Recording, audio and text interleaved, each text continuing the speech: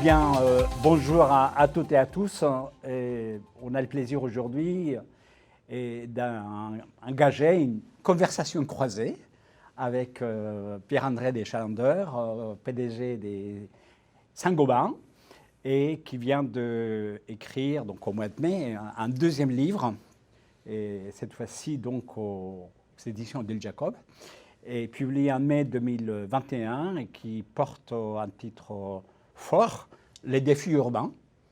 Et il a, dans une suite nouvelle par rapport au précédent, qui était axé sur le climat, donc les entreprises françaises qui amené donc Pierre-André à une réflexion également sur le rôle sociétal par rapport à la décarbonation du monde et le climat.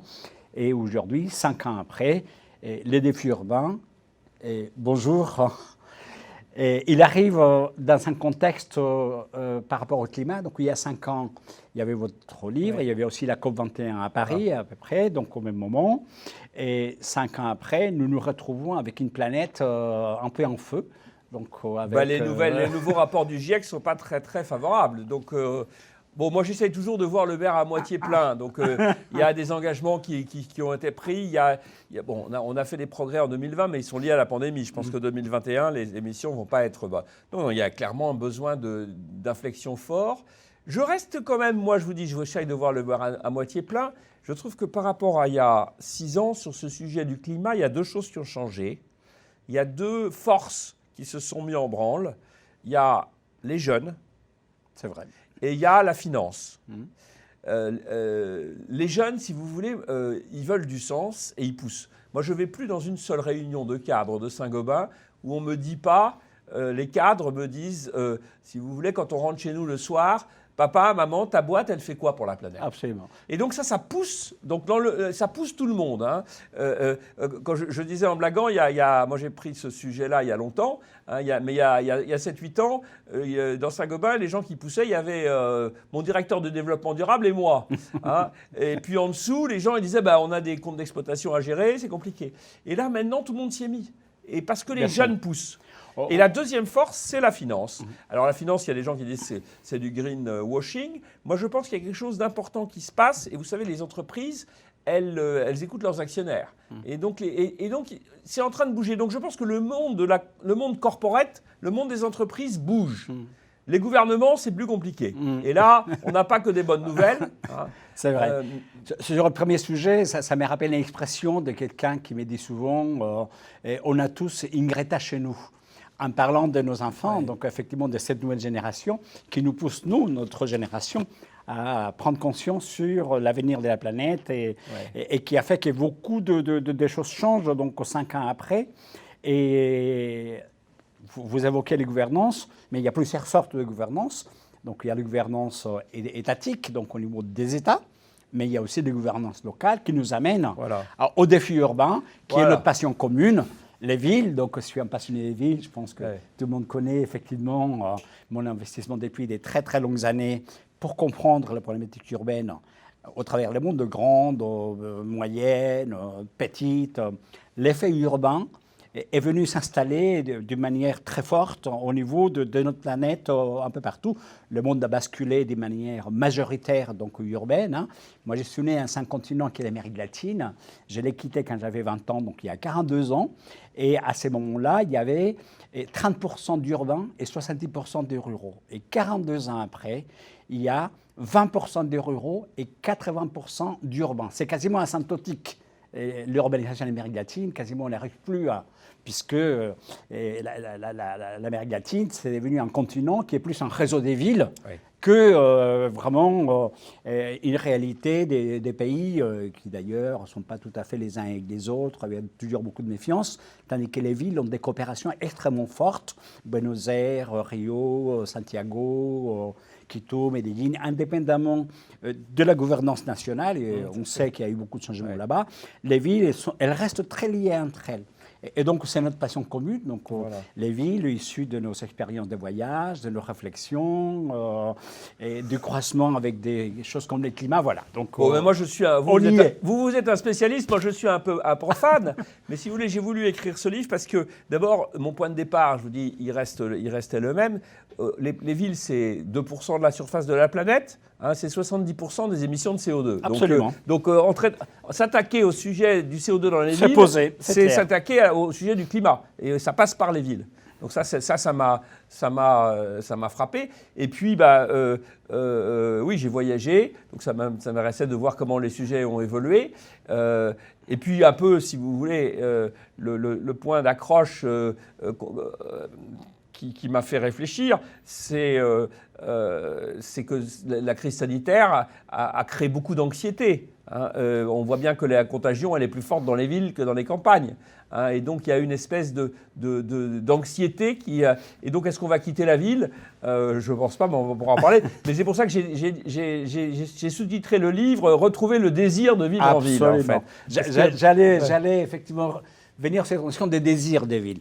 Il y a beaucoup d'ailleurs même des collègues dans ces domaines qui annonçaient, entre guillemets, je vais faire quelque chose un peu caricatural, là, la disparition des villes. Je leur disais, c'est un peu Alphonse Allais, donc il ne nous reste qu'à construire les villes et la campagne. Exactement. Pour retrouver les charmes de la campagne. On en est un peu là, Pierre-André. Oui, je suis tout à fait d'accord avec vous. C'est totalement illusoire. Il va y avoir quelques personnes qui vont aller à la campagne. On en voit un peu à New York, mais ça va rester marginal. On va passer même de 4,5 milliards à 6,5 milliards de gens qui vont habiter dans les villes dans les 20 ans qui viennent. Absolument. Voilà. Et donc, il faut que la ville redevienne, au lieu d'être un objet d'anxiété, un lieu de pollution, il faut que la ville redevienne un endroit où on a envie d'être. Parce que si tout le monde y habite, il faut qu'on y soit bien. Absolument. C'est un peu ça qui m'a guidé. Absolument. C'est ce désir des villes. Moi, il y a un livre que j'ai beaucoup aimé il y a longtemps d'Italo Calvino, Les villes invisibles, oui, qui est un dialogue imaginaire entre Marco Polo et un fils donc, de Ghakan, dynastie mongole. Et il dit une ville, ce n'est pas les 7 ou 77 merveilles qu'elle offre, c'est avant tout les réponses qu'elle peut apporter à 1, 2 ou 3 questions. Et ça m'a toujours frappé parce qu'il y avait cette notion de désir des villes par rapport à l'usage de la ville, moins que par rapport à la manière comme les infrastructures existent et sont calées. Mais je me dis que cette notion de désir des villes nous amène plutôt à nous poser une question: dans quelle ville nous voulons vivre ? Quel est le type de ville dans lequel on veut être ? La ville est en fait aujourd'hui, mais comment on veut la façonner ? Donc, il y a aujourd'hui la problématique climatique que vous avez évoquée précédemment et qui aujourd'hui est d'une totale présence. Il y a la création des richesses, donc comment l'économie peut être donc également un moteur, et derrière les hommes et les femmes qui habitent, donc l'inclusion sociale. Donc, vous abordez votre livre sous ce triple angle qui pour moi est le cœur du développement durable. Le professeur Mouad Younous, prix Nobel, qui travaille avec nous dans notre chaire, il a écrit un livre qui s'appelle Triple Zéro. 0 carbone, 0 pauvreté, 0 exclusion. Et donc nous, on a voulu le tourner en disant il faut créer de la valeur écologique, économique et sociale. Chaque euro qu'on investit doit avoir un retour d'investissement écologique, économique et social. Et votre livre, il est un peu dans cette démarche-là. Vous avez une vision systémique de la ville. J'essaye. Et en fait, c'était pas mon idée au départ, mais je me suis dit, il faut commencer par. J'aime bien l'histoire. Il faut commencer par raconter l'histoire de la ville. Et on voit bien que c'est. Absolument. Qu'il faut retrouver. Hein, j'ai découvert, j'avais pas en tête. J'ai découvert l'histoire de cette probablement une des premières grandes villes là en Mésopotamie, Uruk, avec l'histoire formidable de cette jeune fille et de ce garçon, la jeune fille qui est la ville, et qui attire le jeune de la campagne et qui va trouver dans la ville la civilisation, la joie, le plaisir. Donc il faut retrouver ça dans la ville. Et on voit bien que si la ville c'est juste 1h30 de transport ou 2h30 ou 2 heures de transport en commun, métro, boulot, dodo, c'est pas ça la ville. Et donc il faut réussir à retrouver. Moi je suis fasciné par votre concept que je trouve, alors il n'est peut-être pas applicable partout, mais il est très très fort, votre concept de ville du quart d'heure, pour essayer de faire comprendre des changements qu'il faut apporter dans la ville, parce que on n'aura pas ces 3 zéros si on ne cherche pas à rapprocher, à repenser la mobilité, à repenser l'inclusion, la mixité. Et bien sûr, alors ça c'est le sujet que je connais un peu le mieux, parce que c'est là que dans la ville, c'est là que se consomme le plus d'énergie et de CO2, c'est sans repenser les bâtiments aussi. Absolument. Et j'avais rencontré quelqu'un qui est mort il y a pas longtemps et qui a vraiment marqué une génération, en tout cas me concernant, et beaucoup de nos collègues en Amérique latine et dans le monde, l'ancien maire de Curitiba au Brésil, oui. Et qui s'appelait Jaime Lerner, qui est mort il y a peu, et qui avait développé un concept qui m'a beaucoup inspiré également dans mes travaux, d'acupuncture urbaine. Donc où il disait, nos villes sont en train de grandir, c'est un fait, c'est quelque chose d'irréversible, d'aucune manière nous pouvons revenir en arrière. Non. Maintenant, il faut prendre les villes comme une réalité. Il faut que nous nous installions sur le fait que les villes sont là. Et notre travail, il était maire, c'était de donner à ces villes une échelle humaine, de faire qu'il y ait de l'humanité dans la ville, que la ville ne sombre pas dans l'anonymat qui va avec tous ses corollaires, et solitude, et difficulté à se relationner avec les uns et les autres. Et il disait, donc l'acupuncture urbaine, c'est promouvoir des changements à divers endroits de la ville, couvrant les points cardinaux et que chacune de ces actions puisse créer des mouvements de proximité. Et que toute cette proximité, petit à petit, crée un mélange et que la ville, finalement, soit un mélange. Et donc, voilà, c'est ça qui m'a beaucoup inspiré. Mais je suis d'accord avec vous. Mais ce qui me frappe, et vous la touchez, c'est qu'en fait, quand on voit la situation actuelle, on aurait envie de se dire... c'est la tentation totalement illusoire. Il faut tirer un grand trait et recommencer. Hein. Et en fait, non. Il faut partir de l'histoire de chaque ville et de ce qu'elle est aujourd'hui. Et essayer de faire des changements. Mais chaque situation est différente, du coup. Donc, je crois pas qu'il y ait la ville idéale. Absolument. Elle n'existe pas aujourd'hui. Hein. Et raser. Il faut donc mettre des changements. Il faut essayer de remettre... Et ça, moi, je crois beaucoup, pour faire Alphonse Allais à l'envers, hein, il faut remettre un peu de campagne à la ville, je crois. C'est pas si facile, mais on l'a fait. Regardez, Haussmann, il a un peu fait ça dans Paris, même dans Paris. Hein, on parle des grandes avenues, mais c'est aussi tous ces parcs. Oui, tout à fait. Et je pense qu'il faut remettre, il y a différentes manières de le faire, mais il faut remettre un peu de campagne dans la ville aussi. Tout à fait. Jaime Lerner, il avait dit une phrase qui est devenue très fameuse quand il évoquait les villes comme un fait irréversible, et il disait, il faut accepter que les villes font partie du problème. Donc il parlait du climat, il parlait de la pauvreté, il parlait de l'exclusion, les 3 grands phénomènes qui accompagnent la ville. Mais il disait également la ville est la solution. Ben oui. Et donc aujourd'hui, c'est à nous, parler en tant que maire, de prendre conscience des grandes problématiques qui traversent la ville, et c'est à nous, maires également, de proposer des solutions pour changer cette situation-là. Et il a rajouté, il faut qu'on puisse créer des écosystèmes avec les publics, avec les privés, pour faire cette transformation-là. Et il disait, les maires, tout seuls, ils ne pourront jamais transformer la ville. Il faut qu'ils soient accompagnés par des forces, qui soient économiques et sociales, qui puissent aller dans ce sens de cette acupuncture urbaine. Donc c'est quelque chose que vous pratiquez aussi, que vous souhaitez ardemment. Ah ben tout à fait. Quel secteur économique s'implique aussi? Oui. Ben moi, si vous voulez, quand vous parlez de solutions et de problèmes, c'est la même chose, les entreprises et le climat. Hein. Moi, je dis toujours, parce que Saint-Gobain est un des plus beaux exemples que je connaisse. Absolument. Saint-Gobain, si vous voulez, on est probablement une des entreprises qui a un impact les plus positifs sur le climat. Parce que, si vous voulez, et notamment dans les bâtiments. Hein, les bâtiments, au niveau mondial, c'est 40% des émissions de CO2. Absolument. Et on sait techniquement... on connaît la solution. Hein, c'est pas comme l'hydrogène ou des trucs très compliqués. On sait très bien comment il faut isoler l'enveloppe du bâtiment. Après, il faut changer les modes. On sait réduire à pratiquement zéro la consommation des bâtiments. Bon, après, il faut le faire. C'est compliqué, ça demande pas mal d'argent, de volonté, mais on sait le faire. Et donc, et pour ça, c'est les matériaux de Saint-Gobain. Donc, si vous voulez, 70% de ce qu'on fait, c'est pour ça. Donc, on est au cœur de la solution. Mais on ne sait pas faire ces matériaux sans émettre beaucoup d'énergie. Moi, je ne saurais jamais faire un double vitrage émettent beaucoup d'énergie. Alors il faudra un jour que je le fasse avec de l'énergie décarbonée. Ça ne dépend pas que de nous, hein. Ça dépend aussi des gouvernements et comment on va orienter le mix énergétique. Mais si vous voulez, dès aujourd'hui, quand le vitrage, le double vitrage, quand on le fabrique, le CO2 qu'il émet, il est remboursé dans son utilisation, une fois qu'il est installé, à peu près 3 mois. Ça veut dire que sur la durée de vie, c'est 100 fois mieux.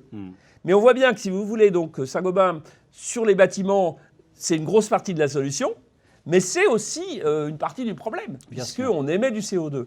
Et donc, il faut prendre conscience de ça. Je pense que les gouvernements et même la majorité des ONG, hein, qui, il y a encore 10 ans, considéraient qu'il ne fallait plus d'usines. Et maintenant, on a compris ça. Ça, c'est un des grands apports des dernières années. Alors après, une fois qu'on a fait ça, il y a beaucoup de travail. Parce que moi, il faut par exemple, pour Saint-Gobain, que je continue à innover. Et puis, il faut que je réduise beaucoup mon empreinte carbone. Hein, et on s'est engagé, comme beaucoup d'entreprises, à être net zéro carbone. Mais on ne pourra pas le faire tout seul. Il faudra le faire avec comme vous disiez, avec les maires. Il faudra le faire avec les gouvernements. Et donc, je pense que tout le monde doit s'y mettre sur ces sujets-là. C'est un sujet passionnant, mais très compliqué. Je comprends que vous ayez passé beaucoup d'années à travailler là-dessus. C'est ma passion, effectivement. Voilà. Et aujourd'hui, on voit que c'est au cœur de nos problématiques, notamment avec la pandémie. Vous avez écrit donc votre livre aussi dans un contexte nouveau, puisqu'il y a 5 ans, c'était le climat. Aujourd'hui, il y a le climat plus la pandémie. Plus la pandémie. C'est un révélateur. Hein. Exactement, qui a touché en plein fouet notamment les villes, hein, parce qu'on a assisté à toutes ces images du premier confinement à l'échelle mondiale. C'est la première fois à l'échelle planétaire.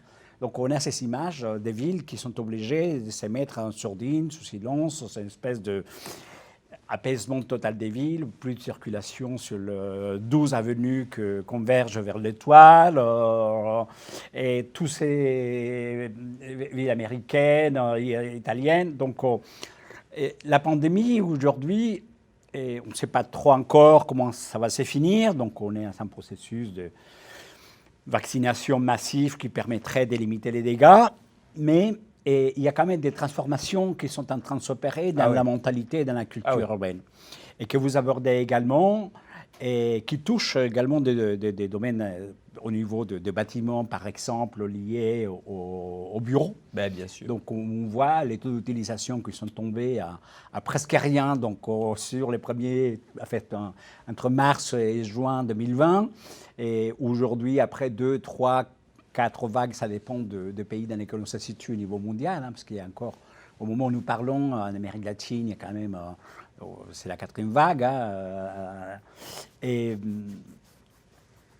aujourd'hui, dans votre livre, vous abordez cette question de la pandémie et des impacts de la pandémie par rapport au travail et par rapport à la manière comment on gère la ville également dans sa vie. Donc, comment on peut faire une ville vivante en période de pandémie. Ben, si vous voulez, le télétravail, pour beaucoup de gens, ça a fait prendre conscience encore plus que de passer 1h30 par jour ou 2 heures par jour, je crois que la moyenne c'est 1h30 dans beaucoup de grandes villes, c'est un temps perdu quand même. Hein. Alors il y a des gens qui arrivent à lire un peu dans le métro, mais enfin pour beaucoup c'est pas pareil. C'est quand même un temps perdu. Et on a été, sur le plan du travail, beaucoup plus productif. Donc c'est pour ça que vous avez eu beaucoup de gens qui sont devenus tout d'un coup des fanatiques du télétravail.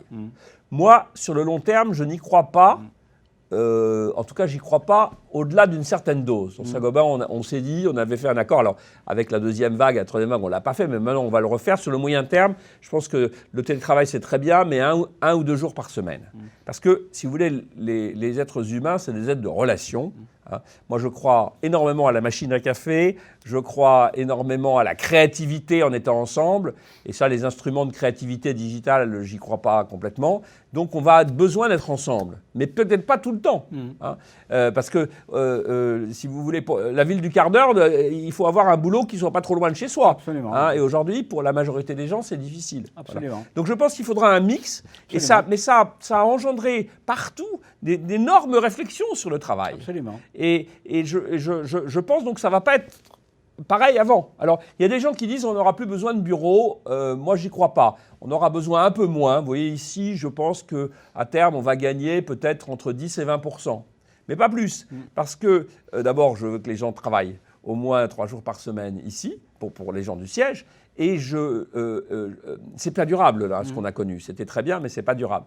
Et si vous voulez, je pense que les gens qui vont venir au travail, ils vont être plus exigeants.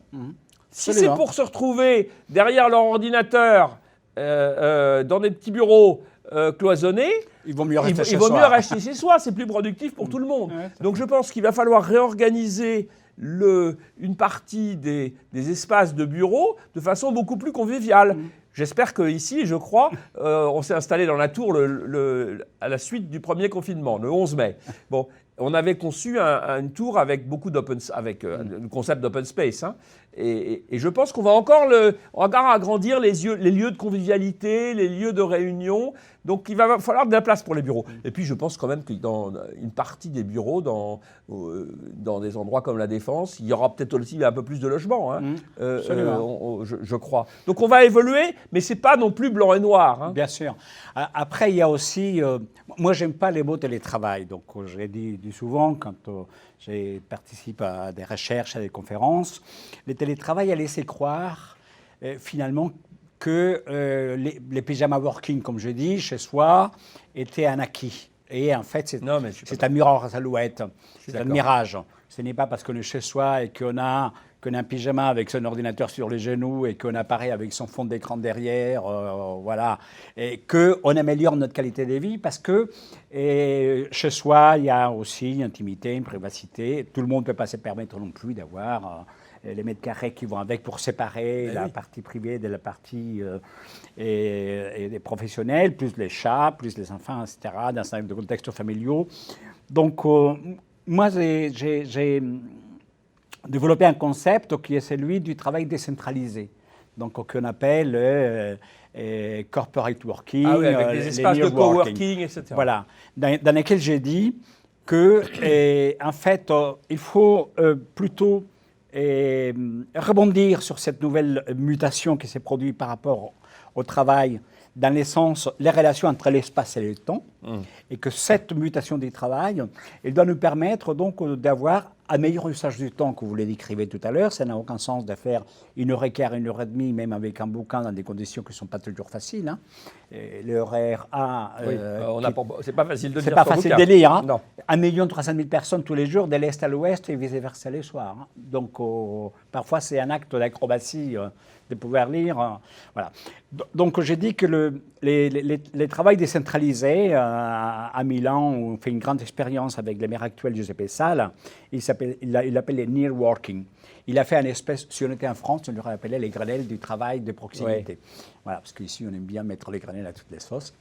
Et en fait, sa démarche était de dire, moi, en tant que maire, si on arrive à discuter avec les secteurs privés et avec les habitants sur des lieux qui peuvent exister dans la ville, dans plusieurs points cardinaux, un peu comme le concept de la culture urbaine de Jaime Lerner. Et que là, on va installer, donc, ils appellent des corporate working, des near working, donc des espaces dans lesquels les gens vont venir travailler une journée, 2 journées. Ouais. Ils seront connectés à leur siège, mais ils viendront physiquement dans ces lieux-là. Ils seront mieux que chez eux, quoi. Parce qu'ils seront mieux que chez eux. Ils seront à 10 minutes, un quart d'heure, à 20 minutes.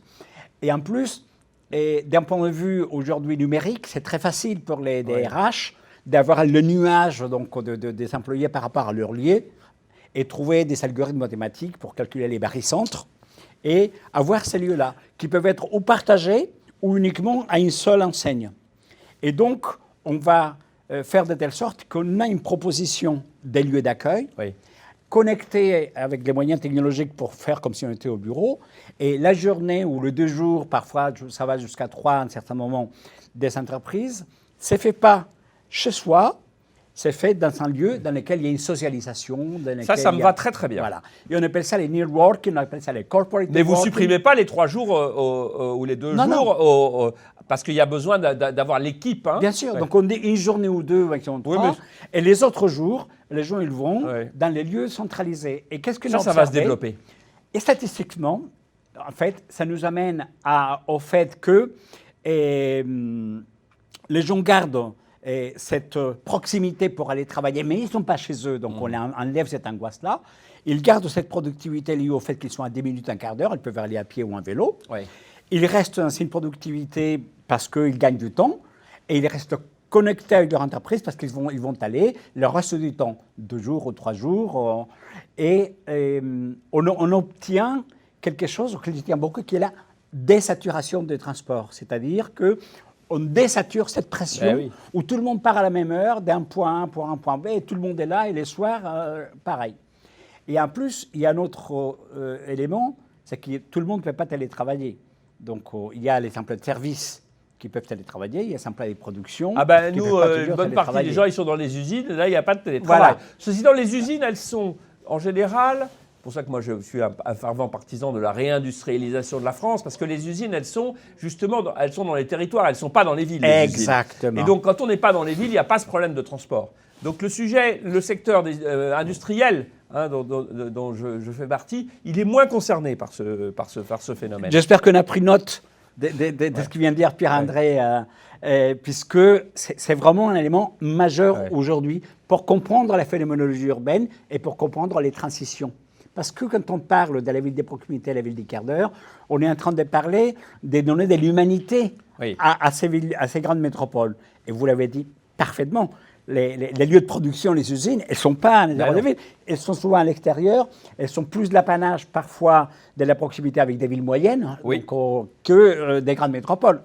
Et elle joue un rôle fondamental dans les équilibres. Hein. Absolument. Voilà. Et eux, ils ont beaucoup moins de problèmes. Le problème, il est pour les autres, pour les grandes villes.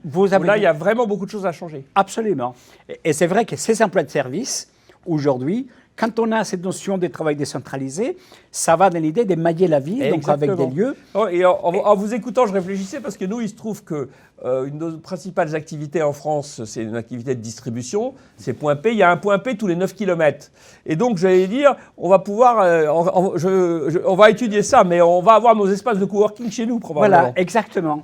Et là, aujourd'hui, j'ai dans la chaire ETI à la Sorbonne, dont j'ai l'honneur d'être directeur scientifique, on a entamé ce travail avec nos partenaires. Donc, on a des partenaires des grandes entreprises, avec lesquels on a entamé ce travail de réflexion. Et on est en train de faire des sites pilotes. Et vous voyez, à l'heure de numérique, c'est intéressant. Donc, quand vous avez une DRH et que vous avez la capacité de faire ce qu'on appelle des nuages d'origine des collaborateurs, et qu'après, vous les passez à une moulinette algorithmique sympathique, et vous trouvez des barycentres qui vous permettent d'équilibrer par rapport à leur lieu. Mais je peux vous dire, pour des grandes organisations, d'ailleurs, pas seulement les entreprises, mais c'est quand même des changements, c'est un saut quantique par rapport à la manière dont on a travaillé pendant des années. Mais simplement, je l'ai vu dans d'autres domaines, quand vous avez un choc aussi important que la pandémie, ça facilite des remises en cause. Exactement. Qui aurait été très difficile. Moi, j'ai connu ça aussi dans d'autres domaines, dans l'informatique. Quand vous avez une grosse panne, après, donc les chocs facilitent les transitions. Et sinon, on aurait eu beaucoup. Ça va accélérer le renouvellement de la pensée. Et j'allais dire, plein de choses sur lesquelles vous travaillez depuis quelques décennies. Il y a un momentum qui peut se créer. Quand vous avez publié votre premier livre, c'était lié à la COP21. Lors de la COP21, moi, j'avais mené mes réflexions en disant on veut la neutralité carbone à l'horizon 2050. Il faut réduire d'au moins 45% des émissions de CO2. Les villes, c'est les principaux contributeurs CO2. Et dans les villes, il y a les bâtiments et les transports. Et c'est là où, donc, à ce moment-là, juste après la COP21, juste après, donc au début 2016, j'ai écrit un texte qui a été publié dans la presse économique, dans lequel j'ai dit plutôt que continuer à offrir des solutions technologiques pour aller plus vite et plus loin, désincarnant les villes et en créant et accentuant la ségrégation sociale, puisque il y a les classes moins favorisées qui s'excentrent par les prix des hypercentres et qui donc doivent aller loin. Et on leur offre une solution technologique avec les métros ou des distances à parcourir en disant le monde appartient à ceux qui se lèvent tôt. Et donc c'est là où j'avais proposé la ville des quarts d'heure. Donc juste après la COP21 en disant réfléchissons plutôt à pourquoi on se déplace autant, à quoi servent ces mobilités-là, quel est l'apport donc finalement de ces mobilités, et est-ce que c'est vraiment quelque chose qui nous apporte de la qualité de vie ou au contraire la dégrade? Oui, parce que quand on est historiquement, si vous voulez, la mobilité, c'est associé à la liberté. Exactement. Et donc, il faut garder ce... Mais aujourd'hui, une bonne partie de la mobilité, elle est subie. Exactement. Et donc, il faut retrouver la mobilité choisie, quoi. Exactement. Donc là, je bois du petit lait parce qu'effectivement, c'est au cœur de nos réflexions. Ouais, et c'est vrai que quand j'ai proposé ces concepts-là, on m'a dit, Carlos, en 2016, juste après la COP21, ton idée est top, mais tu es quand même un utopiste. Mais c'est bien. Regardez la voiture. À propos de mobilité subie. Moi, quand j'ai eu 18 ans, la première chose que j'ai fait, c'est de passer mon permis tout de suite et d'acheter une voiture d'occasion à l'époque tout de suite. C'était un synonyme de liberté. Absolument. Mes enfants, en l'occurrence mes enfants, je les ai élevés comme ça, mais ils n'ont pas de voiture, ceci étant, mais ils ont passé leur permis tout de suite. Mais les jeunes aujourd'hui, et on parlait des jeunes sur le climat, les jeunes, ils sont, la voiture n'est plus ce synonyme de liberté. Tout à fait. On retrouve la liberté autrement. Tout à fait. C'est intéressant parce qu'il y a une enquête qui a été faite après la pandémie par un groupe international, donc au Cantor et Movivon, et relayé donc en France, mais ça a couvert plusieurs villes de la planète, sur les 18-35 ans. Et on m'a appelé donc pour la commenter parce que j'ai eu juste les résultats, je n'ai pas participé à l'élaboration de l'enquête. Et c'était passionnant. Dans les tranches 18-35 ans, il y avait deux choses majeures. La première, les jeunes, ils voulaient se déplacer moins de manière quotidienne pour profiter plus de la vie. Et deux, ils voulaient, quand ils avaient des vacances, qu'ils avaient des périodes de coupure, aller loin pour rencontrer d'autres cultures et d'autres manières. Et j'ai trouvé ça absolument passionnant. Parce que ça reflète effectivement ces mutations qui sont en train de s'engager aujourd'hui sur cette nouvelle génération. Et je le vois avec nos enfants, effectivement, le taux des enfants qui ne passent même pas le permis, qui n'ont pas de voiture, qui préfèrent les transports en commun. Et il y avait une deuxième enquête qui disait, pour les personnes de plus de 50 ans qui se sont retrouvées donc, de manière forcée, on va dire, à faire du télétravail. Plus de la majorité de ces personnes-là ont aimé le télétravail, mais pas tout le temps. Et donc, c'était intéressant parce qu'il y a la force, je dirais, la technologie qui a amené les gens à pouvoir utiliser facilement. Donc, avant la pandémie, Zoom, Skype, Teams, c'était pour des initiés. Hein. Tout à fait. Et aujourd'hui, on en trouve des gens, 70 ans, 75 ans, 80 ans. Oui, on se fait un Zoom, on se fait un Skype. Vous voyez, ce qui est intéressant, c'est que les jeunes, en fait, ils ont aussi, plus que les autres, dans cette pandémie, où ils étaient les plus adaptés, j'allais dire, par certains côtés, mais c'est eux qui ont le plus souffert, aussi parce qu'ils auront encore plus besoin de socialisation que les autres. Exactement. Et ce que vous venez de dire, et ça, je tiens aussi ce point-là à le faire remarquer à ceux qui nous regardent, parce que il y a un indicateur important aujourd'hui qui est le taux de vaccination des jeunes et le taux de reprise. Et en fait, comme on le sait aujourd'hui, donc les taux de vaccination chez les jeunes, ils traînent un peu. Et les taux de reprise, donc, ils se situent, que ce soit à Paris, à Barcelone, à Madrid, à Londres, pour prendre 4 exemples très concrets sur lesquels j'ai les chiffres et je vois les courbes des croissances. C'est les jeunes, donc, qui sont porteurs, parce qu'il y a moins de vaccination, mais parce qu'il y a cette socialisation de leurs vœux.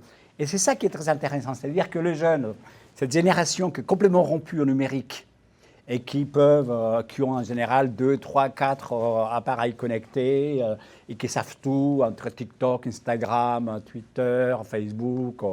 Il n'y a pas un repas auquel on assiste ou un apéro sans qu'on ne trouve pas les photos au moment de trinquer, etc. Voilà. Donc c'est une génération qui est ultra connectée. Et par contre, la socialisation pour eux a été un manque énorme. Et aujourd'hui, c'est bien d'ailleurs, c'est une bonne nouvelle. Hein. C'est exactement ça, je voulais dire. Donc c'est vrai que ça remonte aujourd'hui parce qu'il y a un problème de vaccination, etc. Mais c'est une bonne nouvelle, c'est-à-dire que cette génération, moi dans mes études scientifiques, j'ai appelé à éviter la généralisation, en tout cas majoritaire, de ce que je nomme les zombies geeks.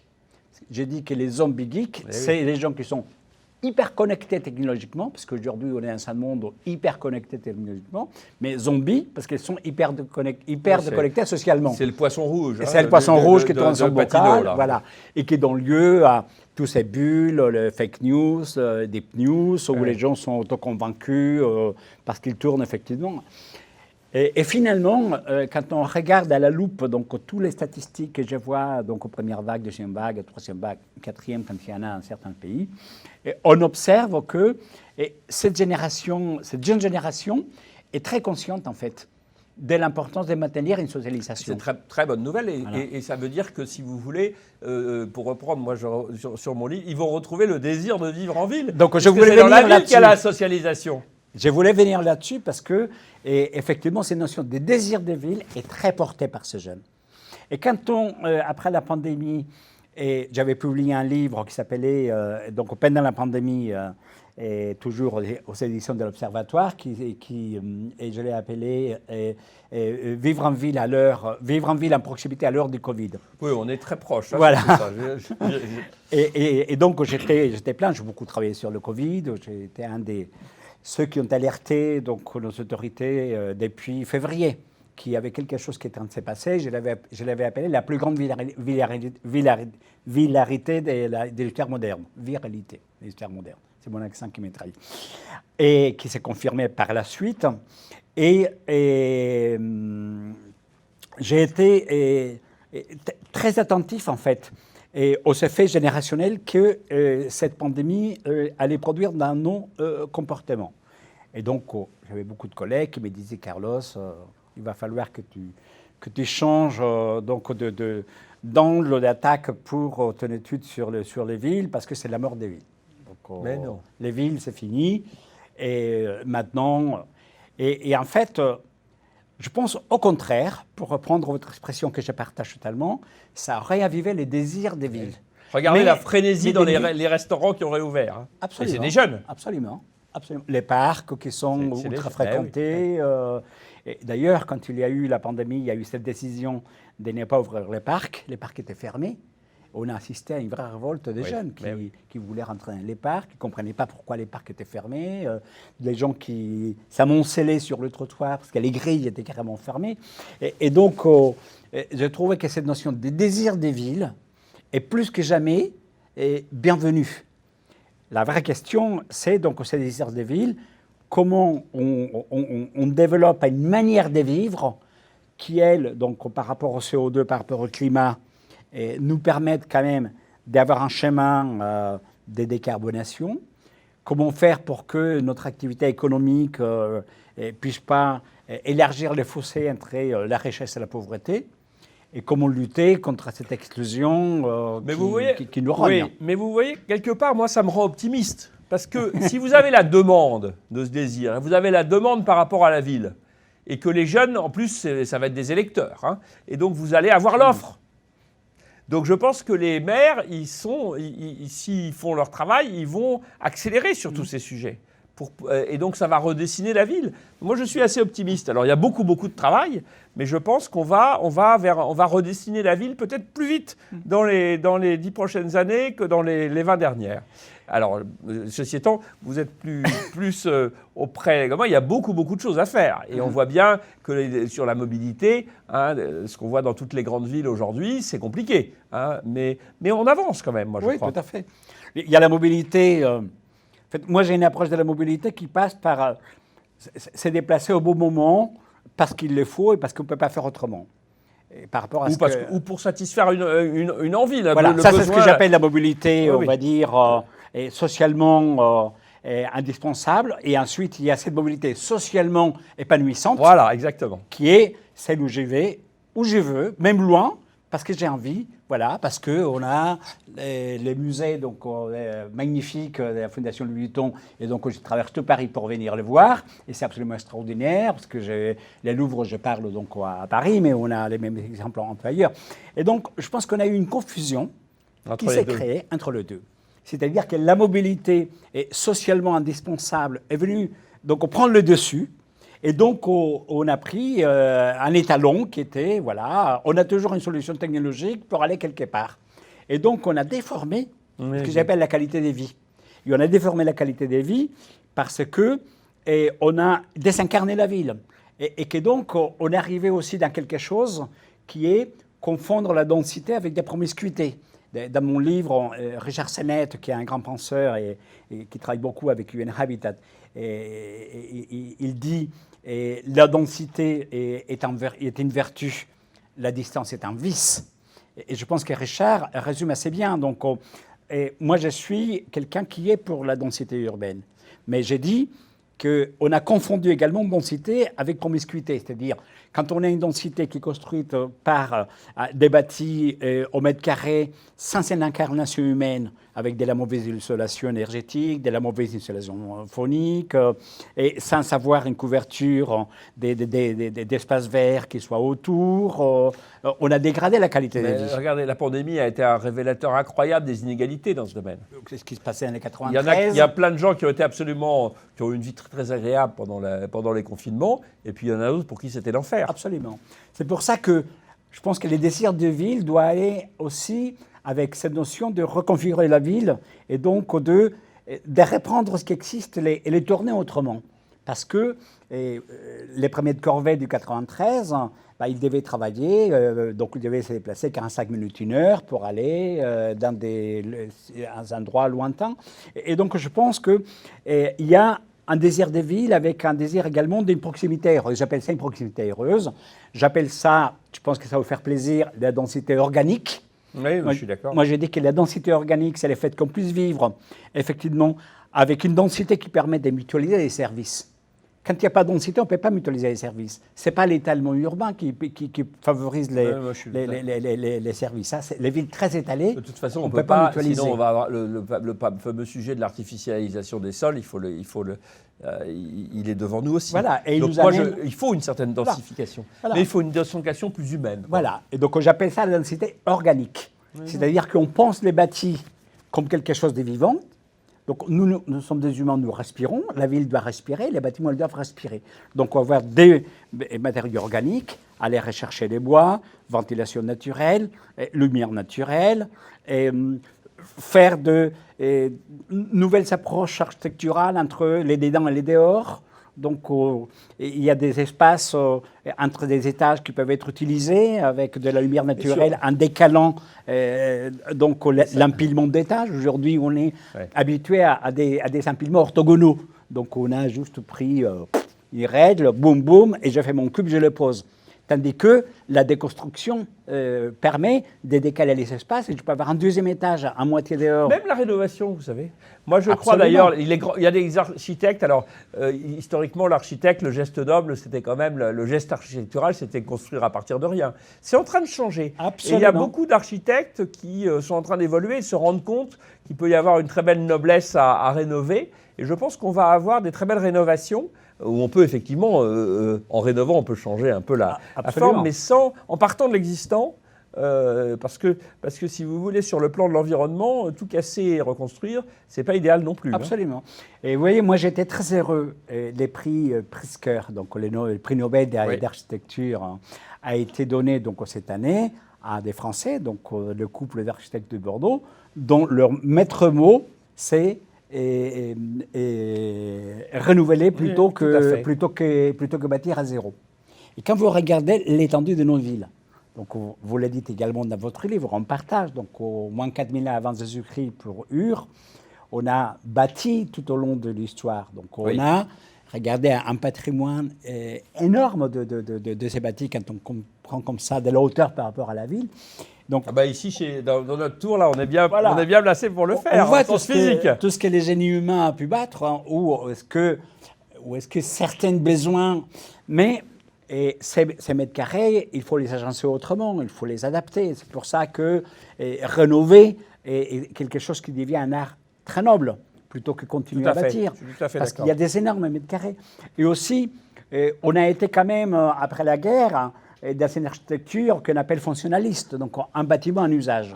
Vous imaginez tous les mètres carrés qui existent. Donc, quand j'ai fait mon travail de recherche donc, sur le taux d'occupation des bâtiments, un bâtiment est utilisé en moyenne donc, en France, 40% de son temps utile.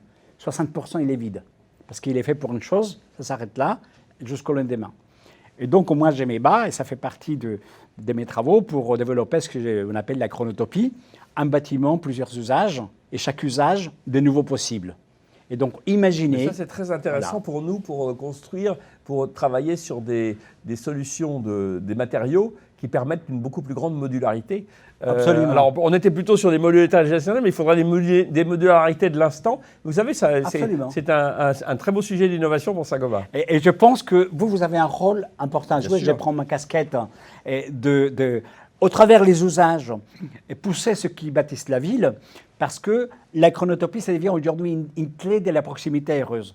Si vous avez donc un bâtiment, et ces bâtiments deviennent multi-usages en fonction de l'heure du jour, de la nuit, de la semaine, du week-end, du mois, de la saison, du semestre, on a une multitude d'usages. Et parfois, il suffit peu de choses. C'est l'acupuncture. On peut changer assez facilement. Il y a peu de choses qui changent. Je vous donne deux exemples que je cite souvent, mais qui sont du vécu.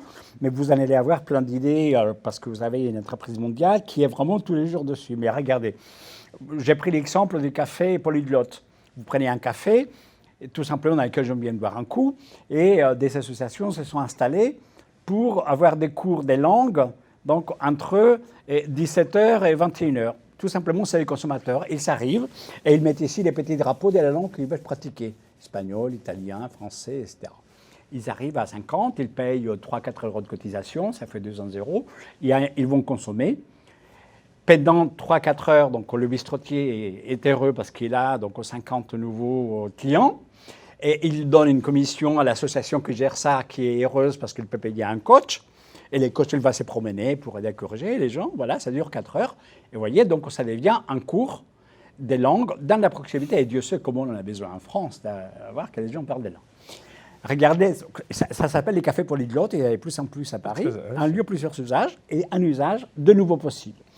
Après, je prends l'exemple des discothèques. Les discothèques, vous vous rendez compte, c'est un bâti qui est là. Elles ouvrent jeudi, vendredi et samedi en situation normale. On va dire de 22h jusqu'à 4h du matin. Qu'est-ce qui se passe le reste du temps? C'est fermé, c'est à clé. Donc il y a des gens qui ont ouvert les discothèques l'après-midi, de 14h à 17h ou de 15h à 18h. Il y a l'espace, il y a de la place, il y a de la musique. Il faut juste un coach. Ça s'appelle de la Zumba pour les jeunes.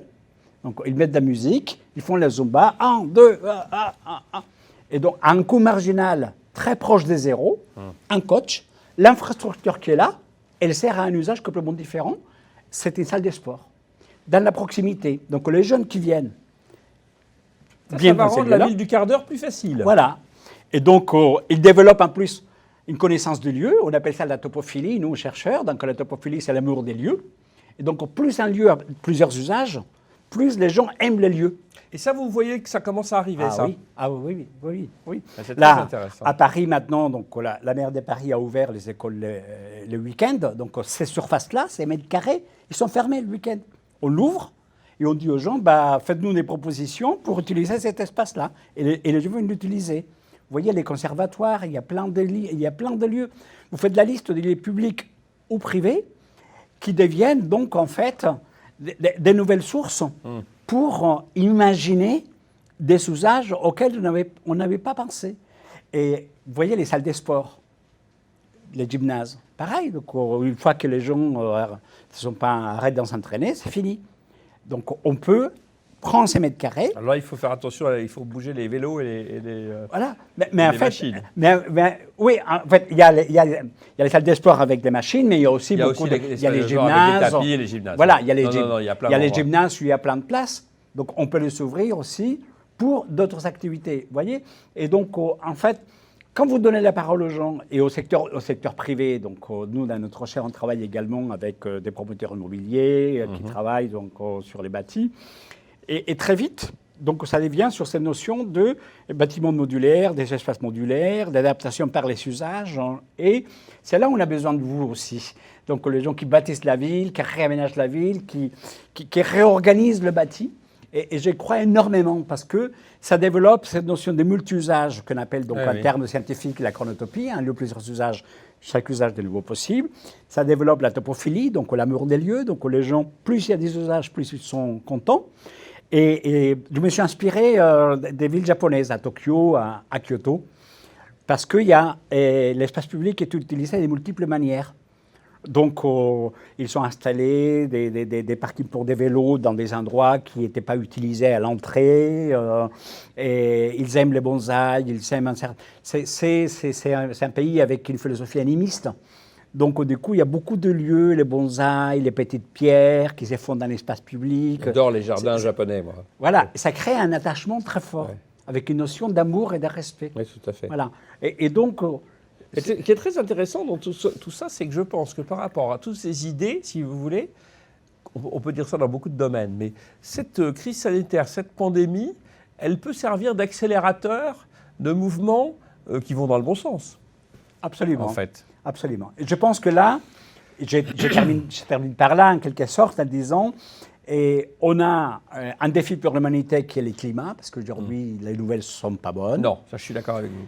On a une opportunité pour l'humanité qui est, malgré la dureté de la situation de la pandémie, est une occasion de rebondir, pour rebondir avec une action climatique très engagée, pour rebondir avec un changement d'usage de la ville, et pour rebâtir la ville donc aujourd'hui autrement. Et c'est aussi... C'est pour ça qu'on croit tous les deux dans la ville. Voilà. Absolument. Et qu'on va retrouver le désir des villes. Voilà, exactement. On l'a dit en même temps, le désir des villes. Merci de nous avoir écoutés. Nous sommes ravis donc, de cette session de dialogue croisé à bâton rompu. Ouais. Merci beaucoup, Pierre-André. Merci, Carlos. Très heureux de cette conversation. À bientôt.